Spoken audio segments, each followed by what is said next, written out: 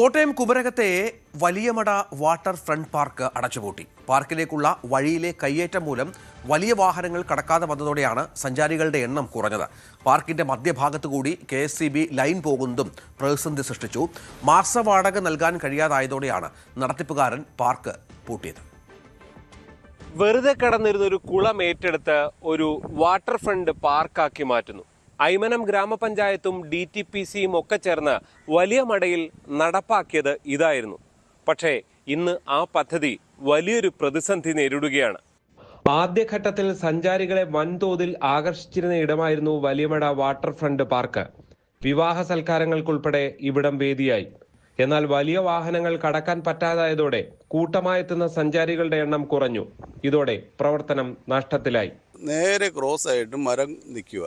അപ്പോൾ ആ മരത്തിൻ്റെ ചില്ലകൾ വെട്ടാനായിട്ടും റോഡിൻ്റെ വീതി കൂട്ടാൻ 8 മീറ്റർ വീതിയുള്ള റോഡാണ് ഇവിടുന്ന് ഈ പ്രോപ്പർട്ടി മുതൽ റോഡ് വരെയുള്ളത്. അതായത് 700 മീറ്ററാണ് അതിൻ്റെ വീതിയുള്ളത്. ആ പ്രോപ്പർട്ടിക്കകത്തോട്ട് പോകണമെന്നുണ്ടെങ്കിൽ 3 മീറ്റർ പോലും വഴിയില്ല.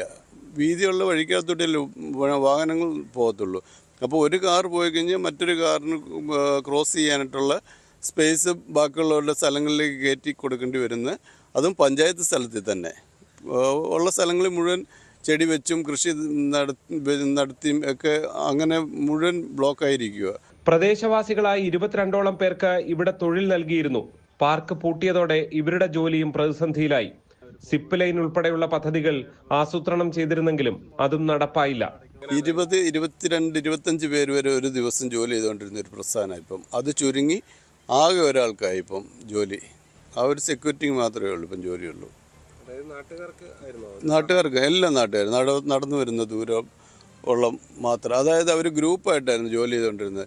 ഇന്ന് 20 പേരാണെന്നുണ്ടെങ്കിൽ അടുത്ത 20 പേര്, അങ്ങനെ പലരും ആൾക്കാരാണ് വന്നുകൊണ്ടിരുന്നത്. 20 പേരുടെ ഒരു ഗ്രൂപ്പ് വരാണ് പിറ്റേ ദിവസം, അങ്ങനെ ഒരു 6 ബാച്ചായിട്ടാണ് ജോലി ചെയ്തുകൊണ്ടിരുന്നത്.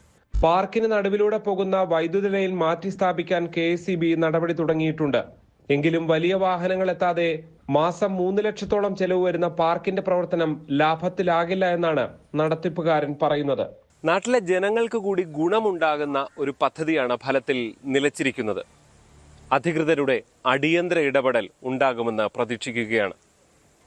വലിയമടയിൽ നിന്ന് G. ശ്രീജിത്ത്, News 18. കൂടുതൽ വാർത്തകൾക്ക് News 18 Keralam YouTube channel subscribe ചെയ്യുക.